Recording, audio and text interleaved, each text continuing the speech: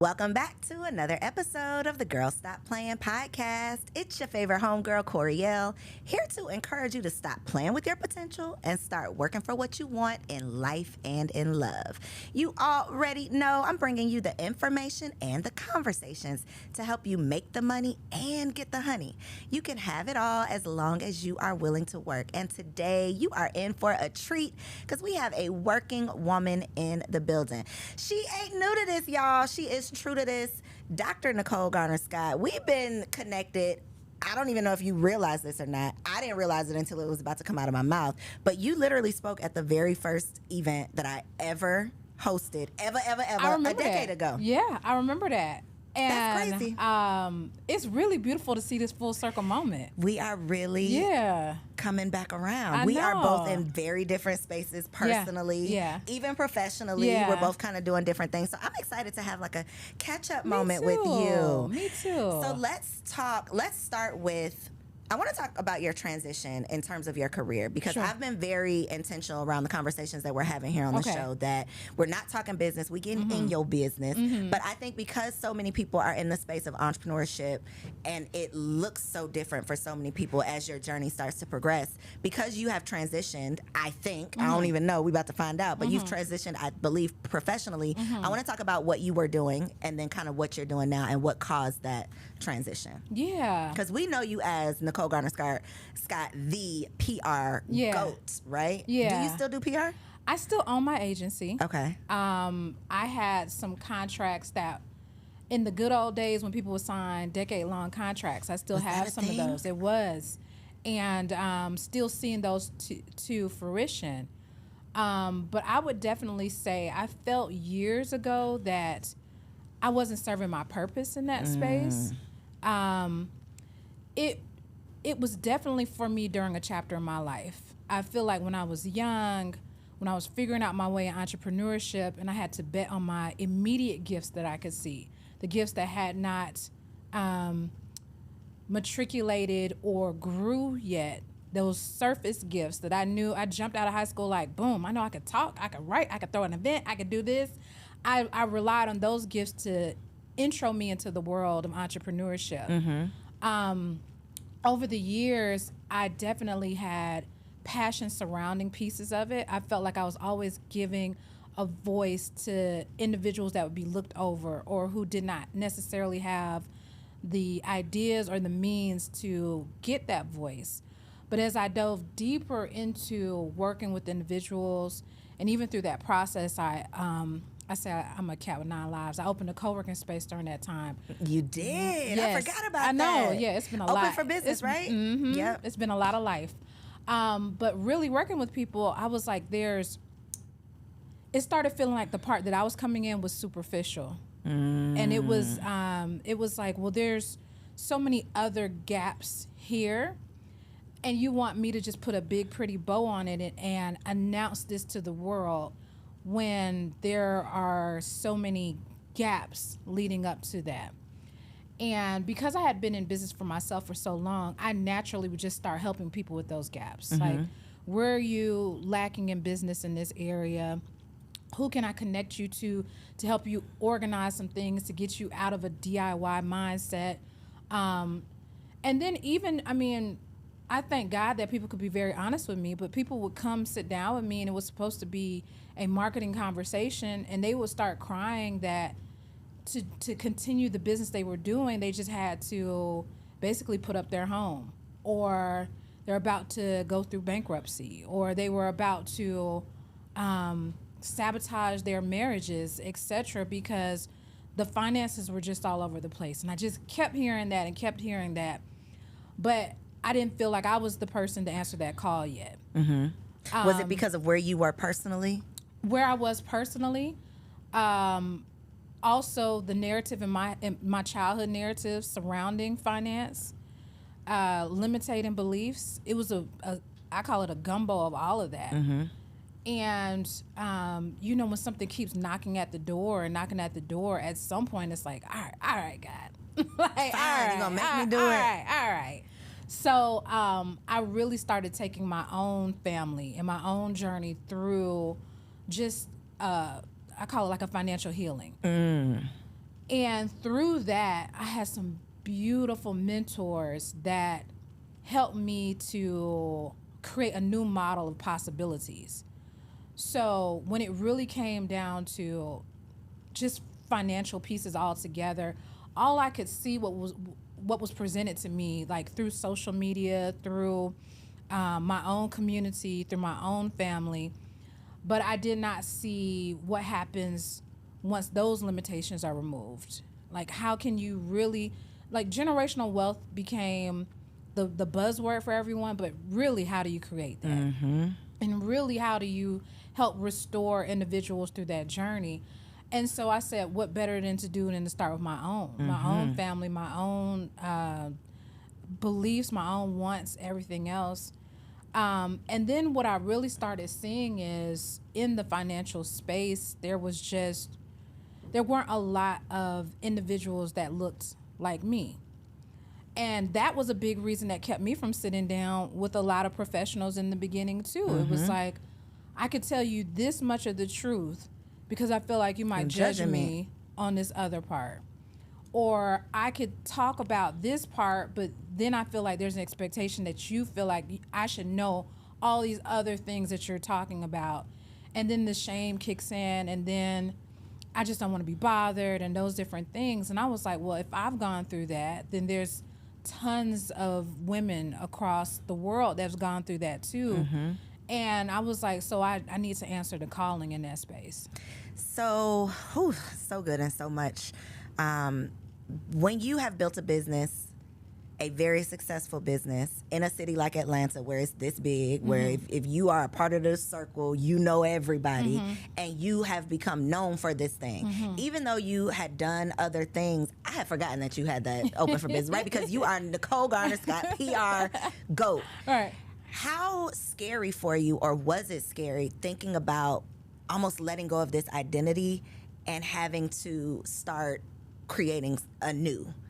Did you feel like... It was very scary, but I had a few things that worked out in my benefit. One, my husband's job had us relocate. So first we went to Memphis, and then we relocated to Miami. So was that a blessing right there from Memphis to Miami? Okay. Memphis was needed, though. It was needed as a part of my journey. That's where I got pregnant. Okay. That's where I sat down. Okay. That's where set you down for a little that's while. where I sat down. That's where I slowed down. That's where I tapped into what I really wanted, etc. So Memphis was definitely a part of my, a necessary part of my journey, because Miami has me outside again. but it was moving away from the prison that I put myself in. So I grew up, born and raised in Atlanta. Very few people you'll meet that's like born and raised. And I have always been this Nicole to everyone. So I say I was the friend that's always available to go eat. That's how I got really huge. You know, like I was always, we can Waffle House it, we can 24-hour eat. I'm always like, call me. You up. I'm always that friend to everyone. I'm always the event person. So either I'm putting on events or we're going to events. It was years ago where I even stopped liking my own events. Yeah, you working. Yeah, working, but fun. just the vibe of what was being curated. I was like, where's the fun? Where's the fun? Where's like the human connection? Where is what's the point of this? You know, and so I would definitely say moving helped a lot. And I know a lot of women, you know, now think about how hard it is to move, because you got to find your new hair girl, you got to find your new nail girl, your friends, you have support where you are. But sometimes moving is the breath of fresh air that you just didn't even know you needed. So that was a big reset for me personally, was moving. I never saw myself moving from Atlanta, ever. It was never in my brain, my thought space. Was that a hard conversation when your husband said, "Hey, baby"? It at first, initially, like because it was Memphis. When he said, "Okay, but it's Memphis," I was like, "What we doing there? What's going on there?" But at first it was, and then I was like, now's my chance to go. Like, now's my chance to go. So had you already been feeling like you were getting out of PR? Like, where was this in that journey? Had you already started getting into the financial space? I would think when PR started to change across the board, I would say years back, once social media entered into the space. So what I used to get paid to do PR is not what anyone gets paid to do PR now. Because it's different. People need different things. The budgets have been split. So I also had a bit of, I was stuck with, if I'm not getting paid this, is chipping away at the love I have for it. Which was unfair to the whole thing, because industries change and pricing changes and all those different things. But once you're used to getting paid this, and then it's always the conversation was introduced, well, the budget's going to be split between you and social media and ads and this. And I was like, well, what's left, y'all? like what's what left at the end here? of the day? Yeah. So that I probably started seeing the change of the industry as a whole, and knew that this wasn't going to be a long-term thing for me. Did that ever scare you? Like, what am I going to do? No. You had a clear path. Not even a clear path, but I mean, I just knew it was going to be figured out. I don't know. I never saw myself being desolate. Like, I felt like God always figures those pieces out. I think now the industry, now is, AI coming into it and Chat GPT and all these different things. And for those who are ahead of the trend, they're going to make more money. For those behind the trend, they're going to make even less. It just wasn't a battle I wanted to participate in anymore, though. I didn't want to have to prove my worth day in and day out. And I felt that way. I also felt like I was, I had built a business the wrong way, where it was very founder dependent.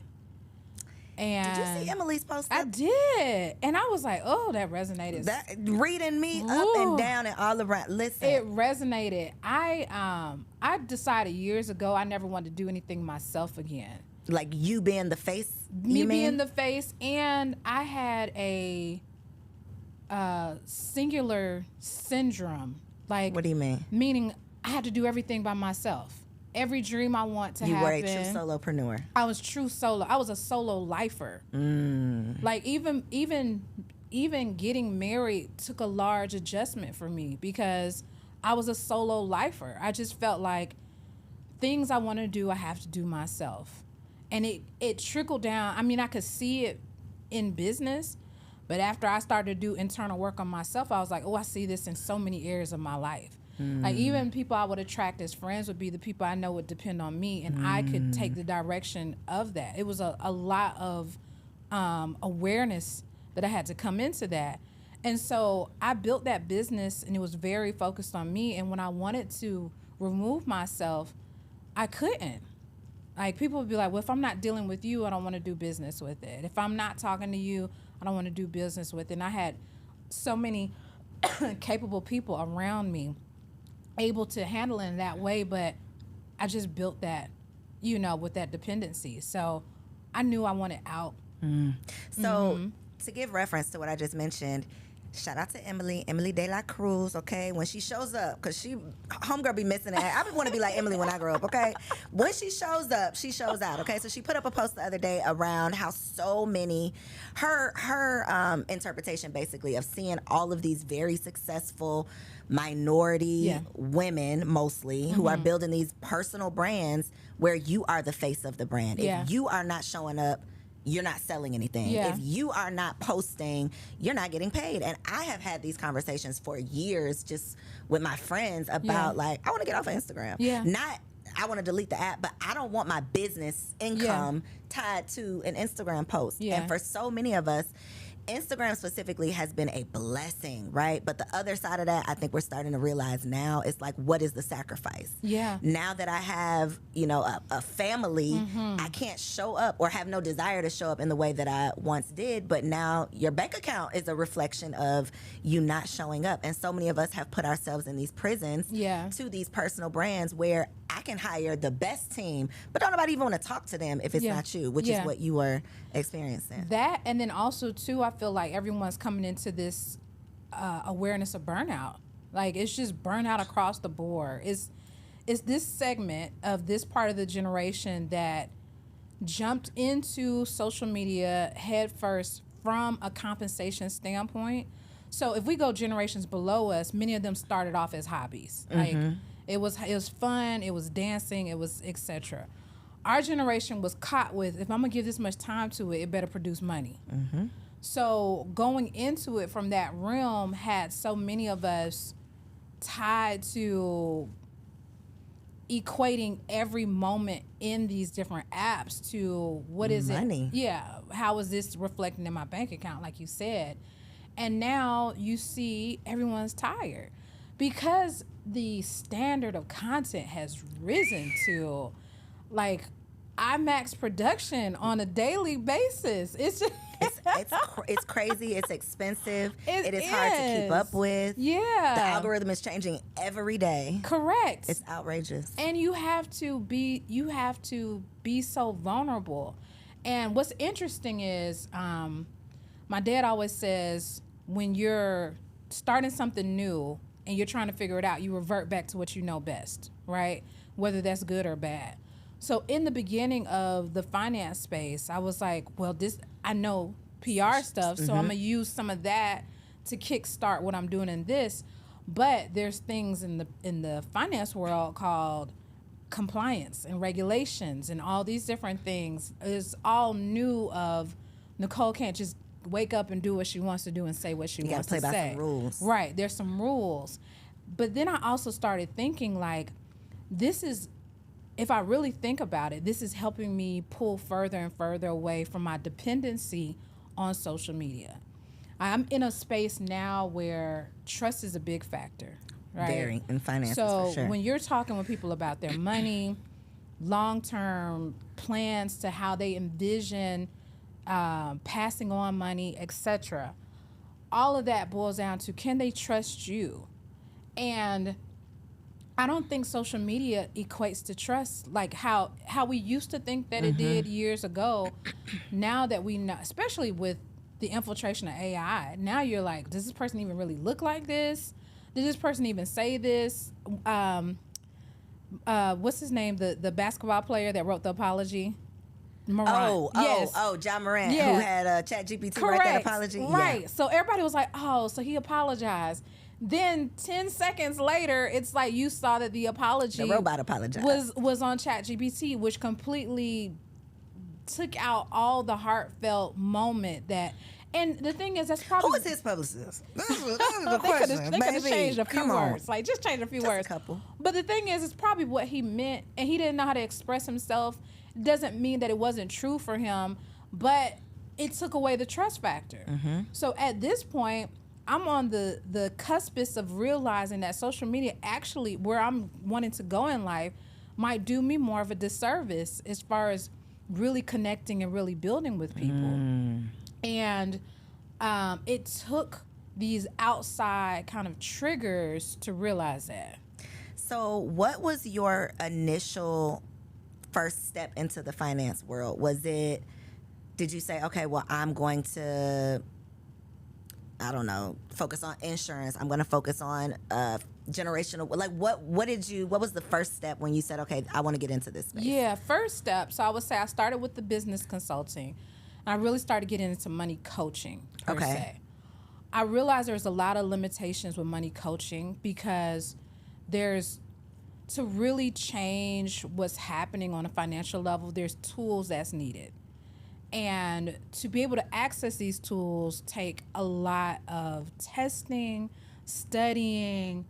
I mean, you really, the same way if you ever had a friend that was in law school studying for the bar, or if you had a friend that was in medical school and they kind of disappeared, it takes that level of commitment to really activate change on a financial level for people. So that's when I disappeared for like 2 years. It was like I had my son. You would see me here and there, but I was really head down in life because I was realizing if I really, I mean, I could talk to you about your mindset all day, right? Like we could talk about what are your priorities? What was your narrative as a child with money? Are the myths that you're telling yourself? All the things that you're getting from many black women that are out there in the financial space, which is needed, but it's just one part of the whole wheel.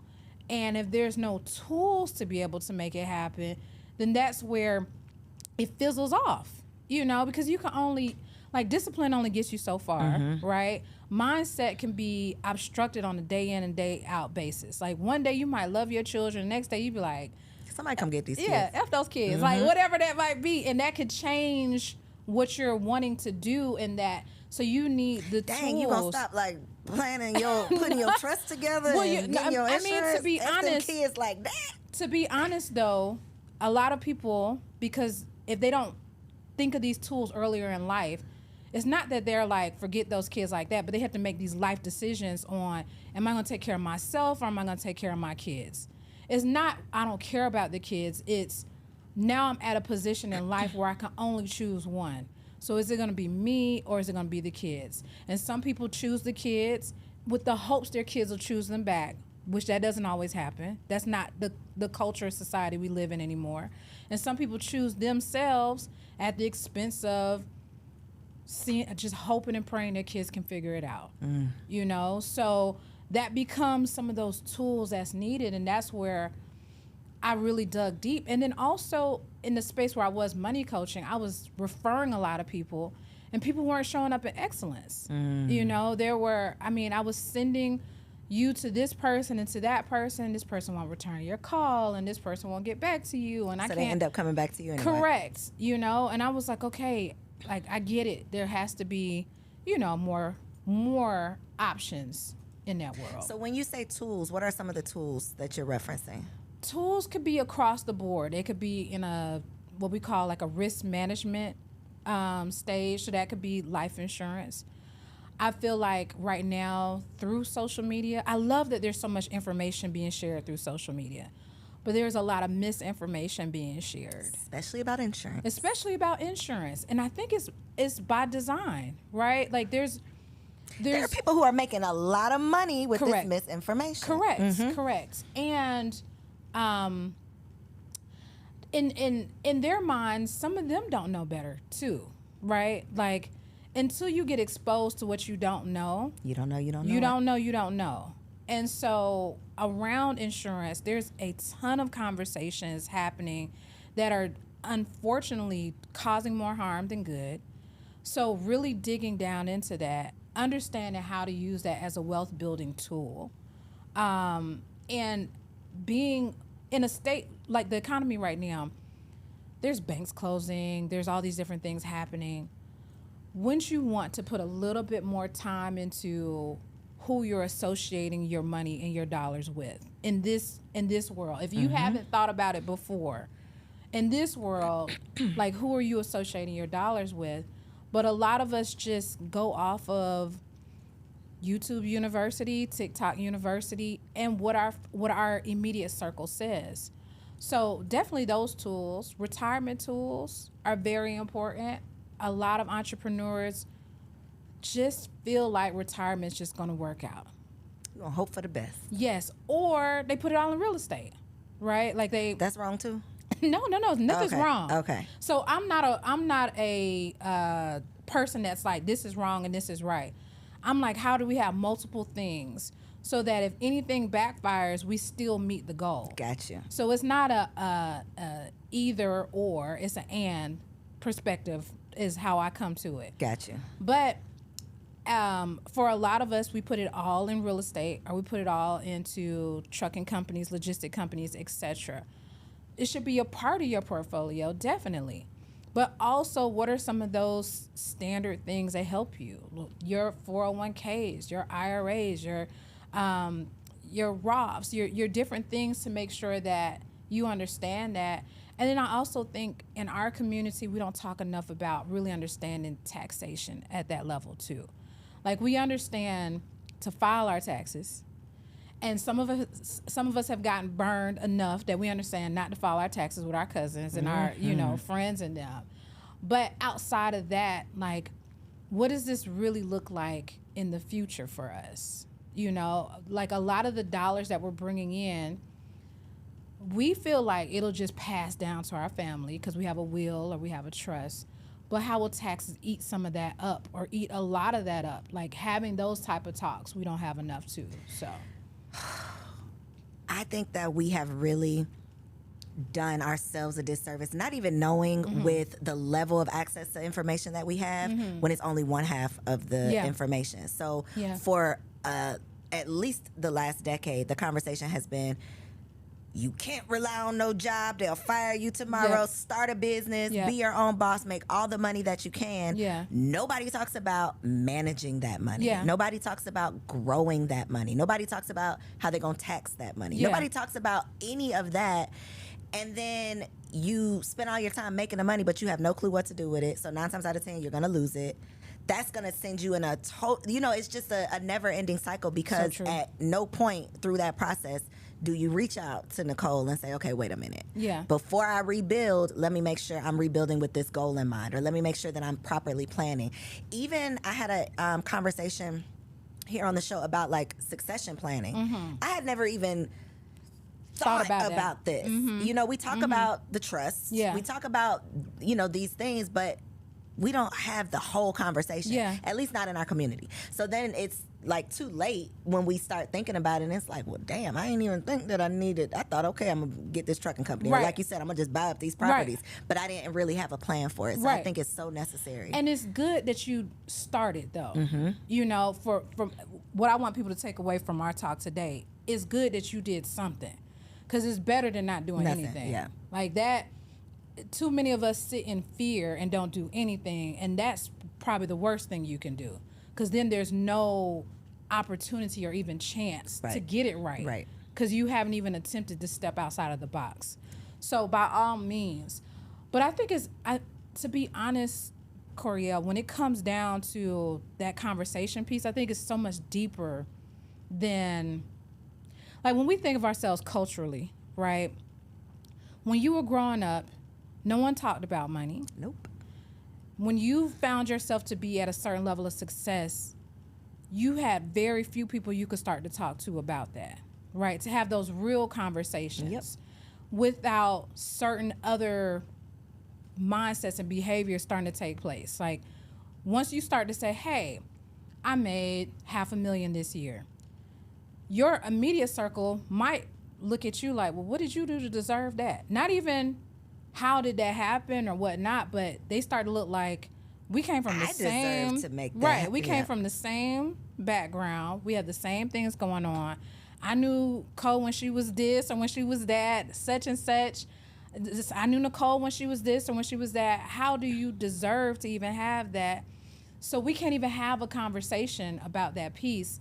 Then it boils down to, there's just not a lot of what I call possibility models, right? So sometimes when people leave my office and they'll be like, well, I need to go back and discuss this with my family. How has your family had any experience with this? Because what are y'all talking about? Right. Like, is it really a discussion, or you just going to tell them about it? What has your family had any experience with this? And I mean, even for myself, every day I get deeper and deeper. I have a new brain wave that's popped open of possibility that can happen. It'll be someone in my office that their generational wealth is 10 years deep. I mean, 10 generations deep, right? And so I'll listen to some of the conversations on,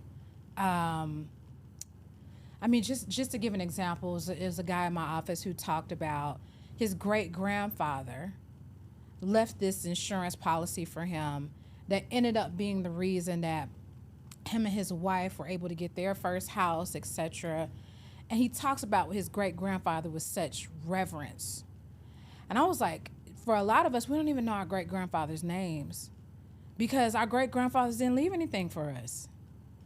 And so, I mean, at most, if you have like someone in your family that's very tied into history, then they'll be like, well, your great grandfather this, but you don't really care about that name. Like, I mean, you get it, but you know, it's not sitting on your heart. Where this man has his great grandfather's This man signature. was thinking about him. Yes. Someone he never was even gonna meet. He didn't meet his great grandfather, but he has his signature on the back of this policy framed in his office, and feels the love that his great grandfather had. Someone for thought him. about me. Someone Right. was planning for me. Someone was preparing. Versus us, half of our family history is a secret. Yes. Can't nobody talk about it. Can't nobody ask about it. Don't mention it. Don't bring it up. Exactly. And so that's why I'm really glad you're having this conversation, because it's not enough possibility models. Even just what you're doing, like on the relationship side, it's not enough possibility models. Right. You know, like I remember when, as soon as I got pregnant, everyone was like, well, you know, you're not gonna be able to work how you used to work and move around how you used to move around. And, you know, Nicole, you're not gonna be able to do this, and you're not gonna be able to, it was so much you're not going to be able to do. Because I feel like I had shown up in the world as a free woman. I call myself a free woman, and I'm raising a free young black boy. Meaning, if I want to do it, I'm going to do it. And if it makes sense to my life and it's in alignment, then I'm going to go for it. And I'm raising him the same way. The same with my husband. Like, we're both pouring into him in that type of way without all those limitations.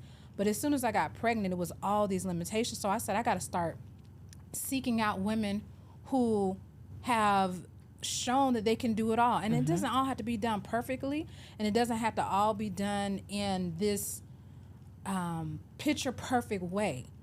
But just tell me it could all be done. It can happen. It's possible. Right, and it's possible. And I became very intentional on finding and surrounding myself. Like now I'm looking online, like through Instagram, etc., of like badass 60, 70-year-old women who just are loving life. Because I don't see it enough. I don't see it a lot. I see our generation and generations after, like, loving and living life. But I want to see more, like, something to look forward to. Yes, 65, gray hair, healthy, just doing you and loving it and all of that. I want to see more examples of that. And that's when I just talk about the work you're doing is important, because people have to see it. It's possible. Yeah. Yeah, but when you've never seen it from someone who looks like you, who have similar stories, similar backgrounds, you definitely start to convince yourself this is not possible for me. Why? Why do I deserve it? Yeah. You know, why? How could it happen for me? So for sure, when it comes to marriage and relationships, just seeing examples that look like you, that is an example of what you aspire to become, I definitely think will allow you to set your sights a little bit higher for what's possible and your standards for what you will accept. So I definitely want to get into this conversation around marriage and motherhood because we don't talk about it enough. When we do talk about it, it's like, throw those podcast microphones away. What are y'all up there talking about? And this ain't that, okay? But way back when, a decade ago, you were not a wife or mother yet. Right. And you mentioned that even getting to a healthy marriage, right, was kind of a challenge because you were so used to doing things solo. Yeah. What was that journey like for you? Because I do think for a lot of women who are high achieving women who have desires outside of being a wife, a lot of times people can look at marriage as a prison. Yeah. Well, if I get married, this part of my life stops. Or if I get married, I can no longer do that. Or if I get married, I can't aspire to be this thing because now I'm just a wife. Right. So what was your experience like? My experience was, I would say it was very complex, but then still very simple if I really think back at it. But one, I used to really tone myself down a lot when I was dating. I felt like what I was doing in Atlanta was too much. You know, it was like red carpets, it was events, it was such and such, and I was attracting a lot of bad energy. Okay. So the guys I would be dating, after a time, they would be like, you know, I've been working on this mixtape. Not mixtape. Wow. Okay. I have this going on. What would be your thoughts? Could you do this press release for me? And I was like, what? Like my hours. That's what you wanted. Right. My hours are 9 to 5, and this is my retainer rate. And if that's what you were interested in, then we could reset this back to that. It would be that, or it would be I would attract guys that felt like the world's too nice to you, Nicole. The world gives you all what you want. Let me Humble you. let me humble you. Right. And that was my own, that I had to grow through that too, my own insecurities in regards to that too, to bring that type of energy in. And then I just felt like it was a point that I got to where I felt like, does anyone believe in marriage anymore? Am I on that journey myself? Like, did I grow up in a time where, you know, my parents modeled marriage, but they didn't model a perfect marriage. Like, I'm glad I got to see all aspects of their marriage. So I never had this, oh, marriage is perfect. I always knew it was work. I always knew you're going to have your good years, your not so good years, your children going to try you. Like, I seen, you know, the whole scenario of it. Finances play a big role in marriage, everything. So I felt like I had a good understanding of marriage. But it was for a while where I was just meeting people who didn't believe in marriage. Like, it just wasn't anywhere on their radar. And so I actually got to a point where I was just like, all right, it's not going to happen for me. Like, I really felt like maybe I was born in the wrong time, or, you know, maybe it would require for me to leave Atlanta, and I was not prepared to leave Atlanta. So you were prepared to be single forever versus living in another city. I couldn't make the other city make sense to me. You know, I was like, my money's here, my life is here, my name is here. Right. And it's not like I have someone, I'm not leaving for love. It's not like that opportunity had existed. So I just started telling myself, like, you know, God, if marriage is not for me, could you just take it off my heart?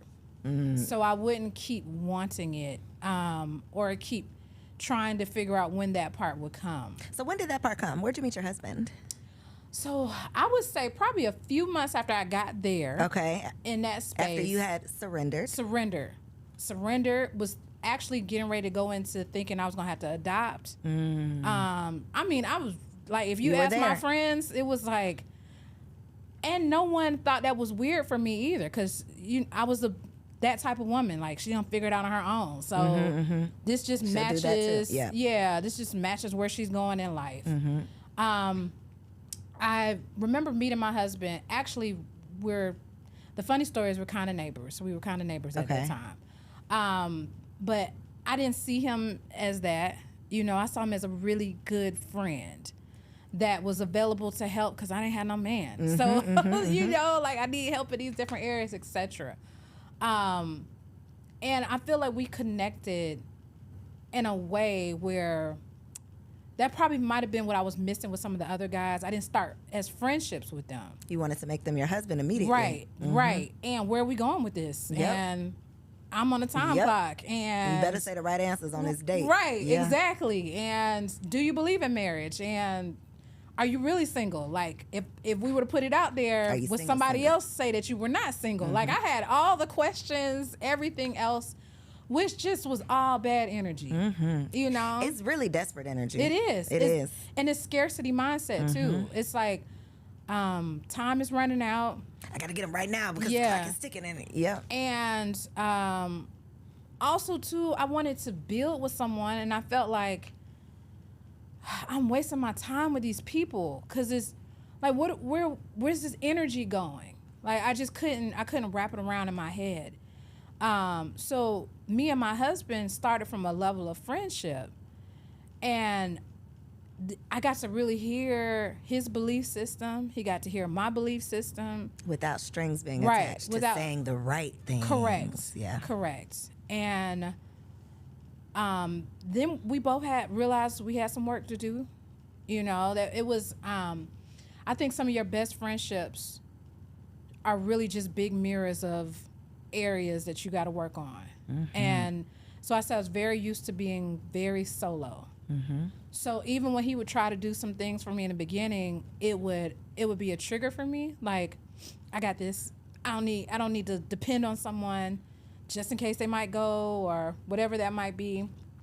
And I had to work on that, you know, and it was things he had to work on too. And we really put in that type of time frame because there wasn't a rush per se in that beginning stage. I can't tell you how many times I've had conversations with women who still like their husbands, because I think that's important. When I'm talking about marriage, do you still like this man? If not, we could talk about something else. But one of the things that comes up every single time, like not one time does it not come up, is that foundation of friendship. Yeah. That I think is the commonality of just like the happiness, because every day is not going to be fun. It is not going to be, I mean, you have to deal with just so much, if you don't like the person. I read this quote the other day that said, relationships come into your life to show you where you're not free. Oof. And I think that was like, one of those ones where your mind just goes, oh. But over and over again, you meet or you attract your long-term relationships at the level that you both connect in, as far as like, I'm sorry. No, you're fine. You need a water. Hi, I'm sorry. No, you're good. Ooh, my eyes started to water. I'm like, ooh, I gotta let it out. And I know when you holding in a cough too, it's like, ooh, my chest gonna explode. Ooh, I'm sorry. Remember where you left out, because we'll just pick it right back there. Okay. I'm sorry. No, you're fine. Ooh, Jesus. Okay. I'm gonna let you finish, but just keep the camera off me. Okay. Ooh. If you need a second, take a second. I'm gonna take a second, but Yeah. I'm not gonna make any noise, so you can keep talking because the camera will just be on you. Okay. Okay. Just jump right into it. Do you remember what the first was? What were you just talking I said the quote, where you're free. Your marriage is a reflection. Yeah. You could just start there. Okay. So I saw this quote the other day that said that relationships come into your life to reveal to you areas where you're not free. Mm-hmm. And I think that was one of those moments where my head just like, the little emoji where it shows your head exploded. But it is true as sits. Many of us go into marriage feeling like it's our happy place, our safe place, where all the unicorns and hearts live. But really, marriage is a continuum of you figuring out your own areas where you're not free. And you typically meet your spouse at the level of trauma that you're at, right? So both of you usually connect. Your long-term relationships, friendships, spouse, long-term business relationships, whatever that is, there's a level of trauma that both of you can see in each other that feels familiar to yourself. That's usually where you guys connect. And it's up to you in a marriage to say, I recognize this and I'll keep working on it, more so than you saying, well, I blame you for it, or I'm with you so you can rescue me from this. And when you get to a point where you can figure out that this is really just your journey of you working on you, I feel like that's when marriage can get to a beautiful place, because you don't have these false expectations from someone else to do things that you can't even do for yourself. I think so many people, for sure me, when I was engaged a literal decade ago, a big part of my problem was I was looking for someone to make me happy. That relationship taught me that I can only make me happy. Not only can I not be responsible for your happiness, you can't be responsible for mine either. And I think that is a big struggle that a lot of single women have, is they're literally, I was waiting on somebody to come along and save me. Like, I'm just gonna do the best I can until I get a husband, and then I'm gonna start really living life. Then I'm gonna ride off into the sunset. And you waste a lot of time. You're miserable for way longer than you need to be because you're waiting on someone to come along and fulfill you. And I think that's where the whole, I'm not looking for completion, but a compliment. That's where that mindset, I think, and comes it's too in. much of a burden to put on somebody else. Too much. It's I remember my mom used to always tell me the importance of always keeping your female friendships, even though it gets really hard. Like, once you start having kids and see you have multiples, once you really start having multiples, then time crunch becomes, like, you're becoming the master of time at this point. I'm working on it. That's the goal. It comes. But, or if anything, you're more intentional with your time. And having female friendships as you get older, it's so many reasons as to why not to show up, right? It's like, I got this going on, I got that going on. We all understand that of each other, and years can go by. But the reason that you keep those friendships is because you can't just dump all of this on one person. Like, your husband can be a lot of things for you, but you can't expect that person to carry the whole weight of your soul for the duration of life. That's a lot. And that's something you're unable to do for yourself. And so I try to make sure I keep friendships, even if we only see each other 2 or 3 times a year, we still have the space and the openness to be able to talk through what we're going through. I think that's why therapy is above and beyond a necessity. Because, people talk about like premarital counseling and getting to know your spouse, but what they don't talk about enough is sometimes once you've been married for a decade and beyond, you're just finding out things about yourself. Like, I just found out things about myself once I became a mother. I'm finding out new things about myself in a career pivot. I'm finding out new things about myself once I moved away from my comfort level. I'm constantly finding out new things about myself. And I'm like, to my husband, I'm like, hey, something new. I got a new issue today. Like, this is something, that I didn't even know existed inside of me. Because you weren't that person. It's right. like you become, motherhood, I think, is the biggest thing. Yeah, it because is. You, the mourning of your old life. Yeah. Like the literal death of who you were before becoming a mother. That is a very tough transition for a lot of people. It is unexpected. You cannot prepare for it. Even though y'all are hearing this conversation now and you might remember it once you become a mother, it's not going to matter. You're still going to have to go through it the way that you have to go through it. So going through that, figuring it out for yourself, and then still having to show up for someone else, still, wanting to be the partner that you signed up to be, in this marriage, but you don't even know who you are. Like, that is just such a thing that we don't talk about. So on the very first episode of this season, my husband and I were talking about the effect of parenting on our partnership. Yeah. Because we are best friends. But these babies take so much out of us that it's like, I can't even be who I need to be for myself, let alone me being who you need me to be for this marriage. So it's just so many things that you just can't prepare for, and you can't expect your partner to just know what to do because you don't even know what to do. Yeah. So I definitely want to get into motherhood because it's real ghetto, right? We know that it's real ghetto. But your journey to becoming a mother was one that I think a lot of women can relate to because it was a little challenging for you. So do you mind talking a little bit about that journey? Yeah. I guess I thought in my mind that as soon as I wanted to get pregnant, I would. Like, it just seemed... How old were you when you got married? 32. You're 32? Okay, okay. And 34 when I got pregnant. Okay. So I just had this assumption that, I got married. We decided we wanted to at least wait. We didn't want to do it on our honeymoon, but not too far past. Like, let's get into this. And I remember getting my birth control removed, and my OB was like, you have some massive fibroids. Was that your first time finding that out? Yes, it was. And I was like, well, girl, like, how are we just figuring this out now? And I don't even know. I still don't feel like the reasoning was good enough for me as to why. I never had pain. I never had, like, pain with cycles. I never had... any of the things they say that would be the signs that would bring me into going to my OB and saying, hey, can you take a look at this, etc.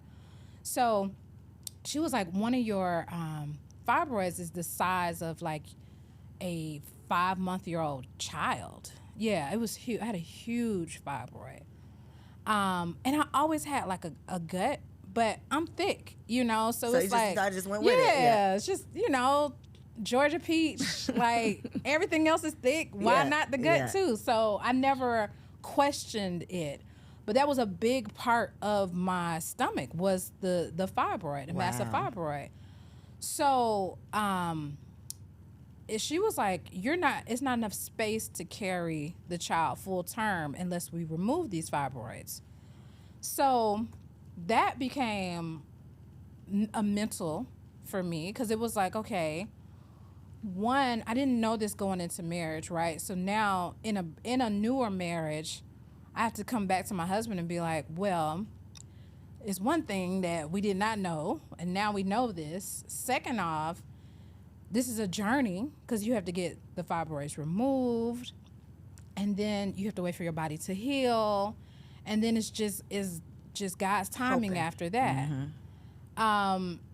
And then I started to open up about the fibroids, and then that's when my mother told me she had fibroids and my grandmother had fibroids, and I was like, we didn't have these conversations prior to. And her response was, that's just what Black women go through. And I was like, oh, goodness. Like, I refuse. That's why I try to talk about it more, because I feel like so many people equate that with a Black woman's experience when it doesn't. That probably became the super in-depth trigger for my health journey. Your journey, okay. Because I just refuse to be like, that's just what. I felt like my body had turned on me. Like, it was really emotional for me. It was like my body turned on me when I needed it the most. But what can I do to pour more love into my body so that this doesn't happen again? Because fibroids can grow back too. So it was that journey. And then after the fibroid removal surgery, my equilibrium didn't feel right. I did the regular Nicole thing, which was to rush back into working. So I think maybe 2 weeks after I had the fibroid removal surgery, I had the grand opening of my co-working space. I was doing other things, etc. I didn't even sit in it. And now when I talk to women, when they tell me that they're getting ready to go through that surgery, I'll be like, please schedule the time off, because you'll cause internal scarring when you move too quick. And so you can't see it. Right. And many of us have that innate resilience where we push ourselves through things. Like, if you're a busy woman, things have to get done. If they rely on you, then you're like, okay, I'm not going to do the most. I'm not in here on a warehouse conveyor belt moving boxes, but I have life to do. But I caused myself some internal scarring. How did you end up finding that out? It's through my holistic journey. So, like, I ended up getting into like acupuncture and like womb therapy and those different things. And when they do like womb massages on you, they can break up the scar tissue. Oh, what? Is that a vaginal massage? No, It's outside. it's uterus. Okay. We didn't talk about vaginal massages on this show. I'm like, there's some stuff going on out here that I didn't know about. Yes, Okay. and all of it's good to me. Okay. I think anything that is a modality that can provide some level of freedom in your body Or alignment. I think that's, I mean, I've tried a lot of different things, but it was through the so once we started trying again, we weren't getting pregnant. Okay. That's when I started looking up like fertility acupuncture, the womb massages, those different things. And that's when the woman who did it was like, I'm breaking up a lot of scar tissue in here. And I was like, that's when I said, Nicole, what do you really want in life? You know, like really sitting down. And I remember talking to, I don't know, she was like a guardian angel. It was this woman in my office, and she was renting out a space in the office. And she was like a holistic practitioner. And I remember telling her, I was having a really rough day. And I was telling her, like, I'm just not getting pregnant. I don't know what's going on, etc. My nerves are kicking in. Now fear is kicking in, and scarcity mindset is kicking in, the whole thing. And that's not helpful to the process. Because your cortisol levels go through the roof, everything else. And she was like, Nicole, you have got to create space in your life for a child to come. And I was like, what do you mean? I have space. Like, I've already thought out where they're going to go to school. We already got a 529 account open for them. Like, I got space. And she was like, no, like, all these things that you're attaching yourself to are manifesting as your children. That you haven't given any energy to your child. And that's why I really had to think, like, what do you really want, Nicole? Like, if you really want this child, you're out here being extra busy, like just extra busy doing all these different things, and you're not giving the due diligence to what it is that you're saying you really want. So that was a part of me like really restructuring my life. And that was a part too where I realized I had to get out of PR, because PR would take your soul. Ain't no space in PR. It's no, in the way I built the business, it is for other women that have created, you know, the infrastructure to support that. The way that I built the business, it was sun up to sundown. It was no boundaries. It was clients calling, you know, at any given time. Everything was an emergency. Everything was everyone's biggest moment. And all of that sat inside of me. So it was a lot of life change that happened during that part. I love that you mentioned that, because we always think, I got to go to the acupuncture. I got to go do the IVF. I got to do. Right. But sometimes it's what do you need to be? Right. How do you need to show up? Right. Like, you know, like the in the spirit of creating space versus the physical things that we are trying to do to make it happen. Yeah, exactly. And it was, so I was emotionally going through all of that. And that's when my husband got the job opportunity with Nike. And that's what had us move to Memphis. And I remember moving to Memphis, and I love Memphis to this day, because it was the slowest city I have ever been in. I remember going downtown, and I remember calling my dad. I was like, there's no traffic. I don't hear any noises. I don't see like crowds of people walking. I want to come back. What is this? Like, you know, my dad was like, you have lived in so much noise for so long that you can't even normalize quietness. And I was like, all right, let me embrace this. So I was a whole nother girl in Memphis, walking outside, like going to the marketplace, just taking my son on walks all the time, like just really had slowed down, you know, a lot. And I appreciate that chapter in my life, but I think it was some of it was God knowing that in Atlanta I could still only but slow down but so much. Right. Because somebody gonna call you and gonna need to do something. Yeah. And I could say no to 9 things, but I couldn't say no to all 10. Right. So okay, wait. So you got to the sun, but where's the rest of what worked? Oh, you created space. So created space. We went through like some of the beginning fertility things. So the shots. Did you do all the needles? We did the shots. So we first started with both of us being tested. Okay. That's for a lot of people will bring up a lot of emotion there too, because the woman will always think it's her, right? Especially given that I came from fibroids and everything else. But the woman holds a lot of guilt on this journey for her. I remember our doctor telling us that 50% of the time is men. Say that one more time for the people. That 50% of the time that is men. So sometimes I, recommend before you even go on this journey, just go ahead and get tested. Just kind of know where you stand on some of those different things. Because then without the pressure of wanting a child, you can start to change health behavior, mindset, etc. in your own freedom. Where I felt like we were doing some of those changes with a clock attached to us. Gotta do it right now. Yeah, like let's get this going. What needs to happen? So was it his fault or was it? It was definitely like the scar tissue and everything else. Got you. Okay. That's what was so the breaking up the scar tissue helped a lot. Okay. We did the shots. The shots were not successful. I was an emotional wreck going through that.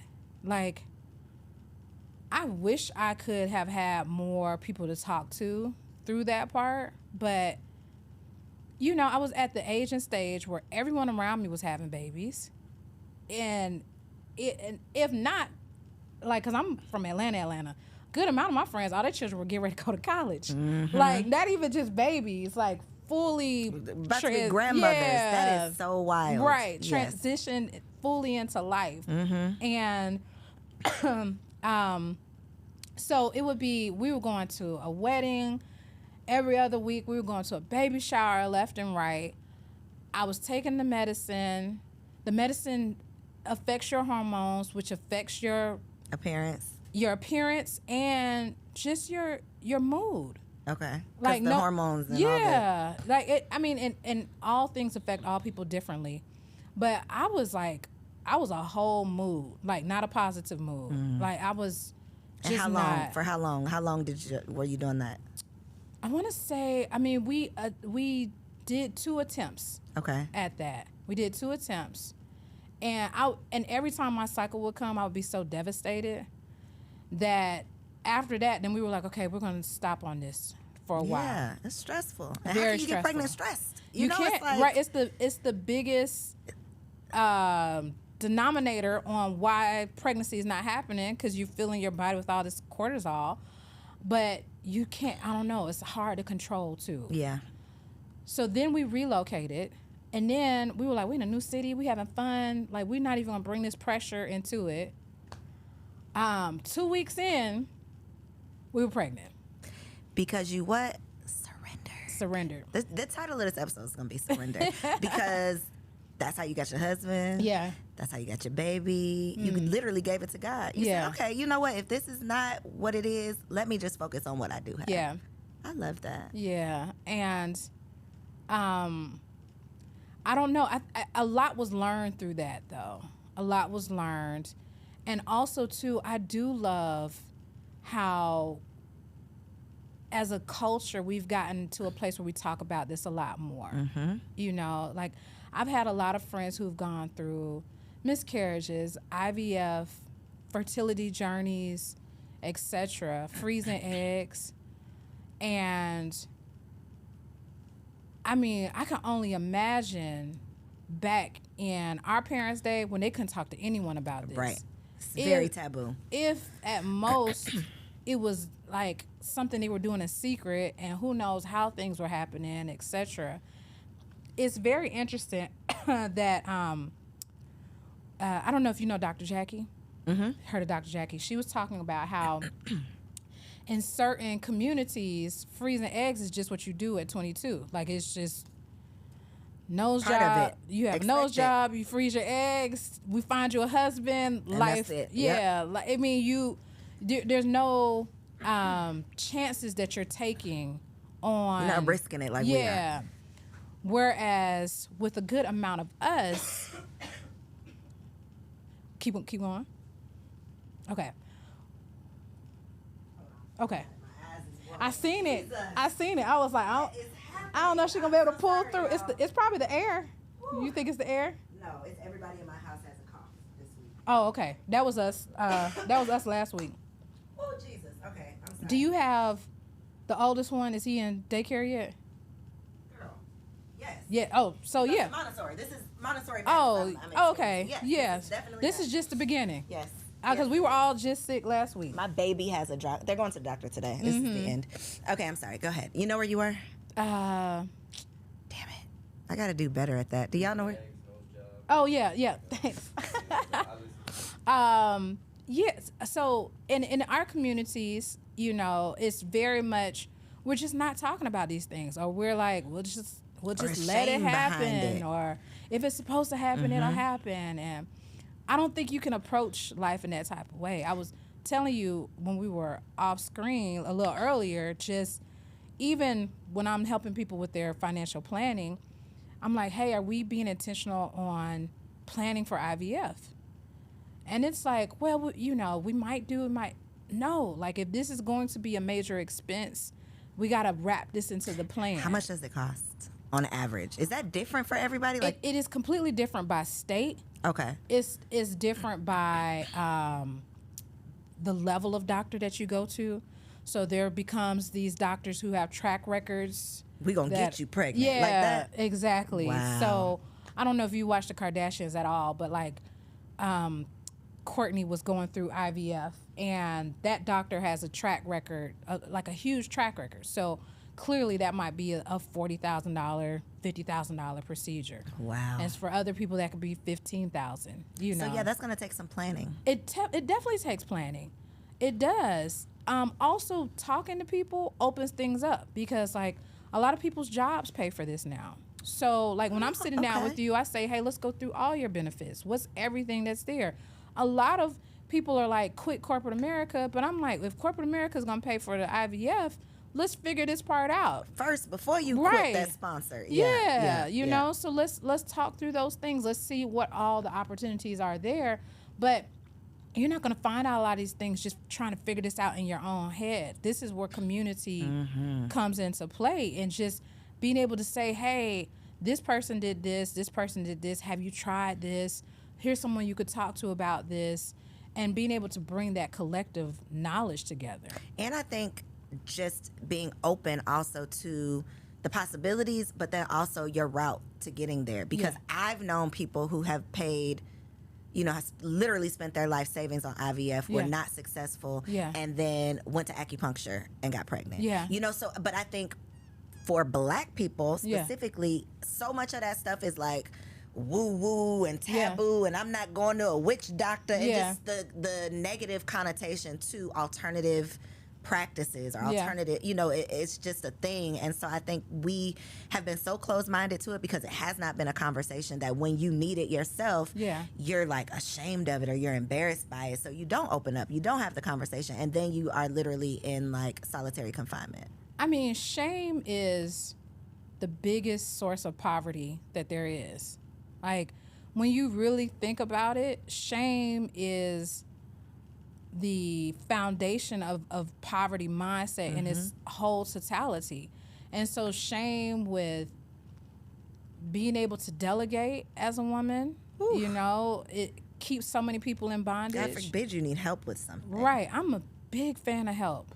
Like, I don't know how you do it without help. Right. Like, hopefully we never have to know how it's done I don't know without how help. you do it without help. And it doesn't take away any of my womanhood. It doesn't take away any of my ability or my empowerment or anything of that nature. I mean, help is there for a reason.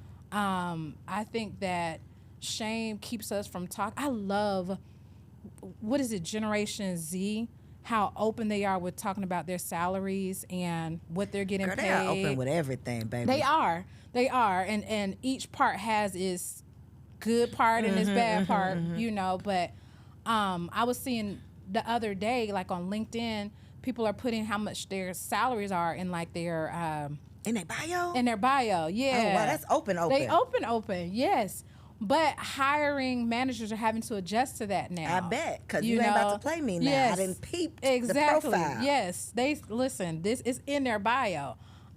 There's like pages now that are called like salary transparency, fertility transparency, financial transparency. Like, the world is in a space where you can be open. You know, it's just totally up to you, but shame is what keeps. Shame is systematic too. Shame was taught to many of us, designed to keep information from flowing. And so when you buy into shame, you're just perpetuating that poverty mindset, you know, generationally too. So even with my own family, I'm like, we got to be open. Like, what health issues are here? Like, we can figure some things out prior to it becoming a major scenario. We can have peace with some scenarios when we understand what were your true wishes. What did you really want to happen? But if we're waiting till you can no longer talk, then the stress you're putting on the people that you say you love is unattainable, you know, at that point. So, and so with what you're doing now, Nicole got my son's policies together, just FYI. That was something that I hadn't, again, you hear about generational wealth. I talk about generational wealth. I never thought how insurance can create generational wealth or how it can be a part of that.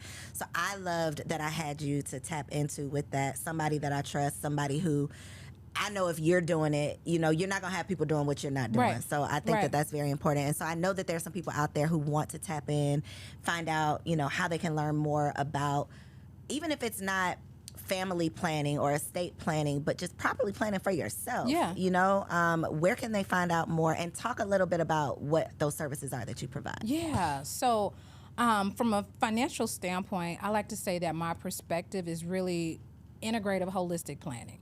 So bringing together the areas you might not see, the risk management side, bringing together how you're going to actually grow and sustain your wealth, putting that all into a plan that you can really start to mark how you want your second half of life to look.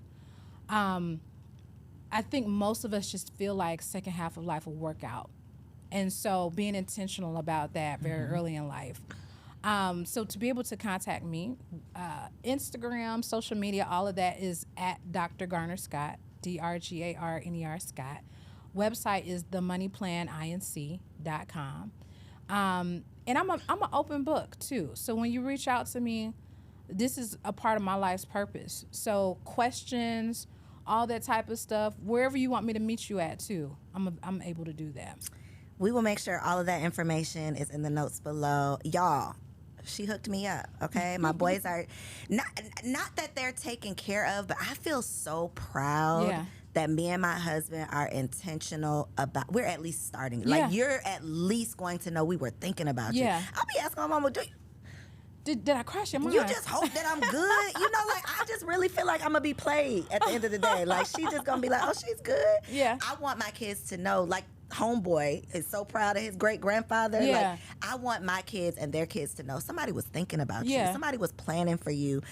It wasn't just like, what can I get in this lifetime? It's how can I set up the next lifetime? Exactly. So for That's sure, good. holler at Nicole, because women are responsible for these things. Yeah. You know, if you want to become a wife, you got to think about what comes along with that. And a lot of times, you are the one that is managing and maintaining and You're making. the CFO of the house. You are the CFO of the house. So get your ish together, okay? Yeah.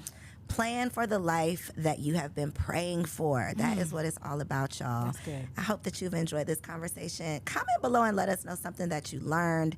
Make sure you subscribe to the channel and share this episode with a friend, because it was just that good. Thank you, Nicole. Thank you, Cole. I appreciate you. I appreciate What we you. gonna do next? Look, we done did all the things. Stay tuned. Yes. Okay, stay tuned. Check out the next episode, y'all. Peace out. If you enjoyed that episode, make sure you subscribe to the channel so you don't miss out on any upcoming content. And take it a step further and go ahead and join our private community over on Patreon, because it comes with some pretty bomb perks, including early and discounted access to our upcoming events, behind the scene exclusives with some of your favorite guests, the opportunity to call in on an upcoming show, the chance to vote on topics and guests for brand new shows, and I'm even giving you unlimited access to my vault of business classes, where I'm teaching you everything from Airbnb to developing digital products and everything in between. And you can get access to our Patreon for as little as $5 a month, okay? Get in where you fit in, and I'll see you on the inside. Peace.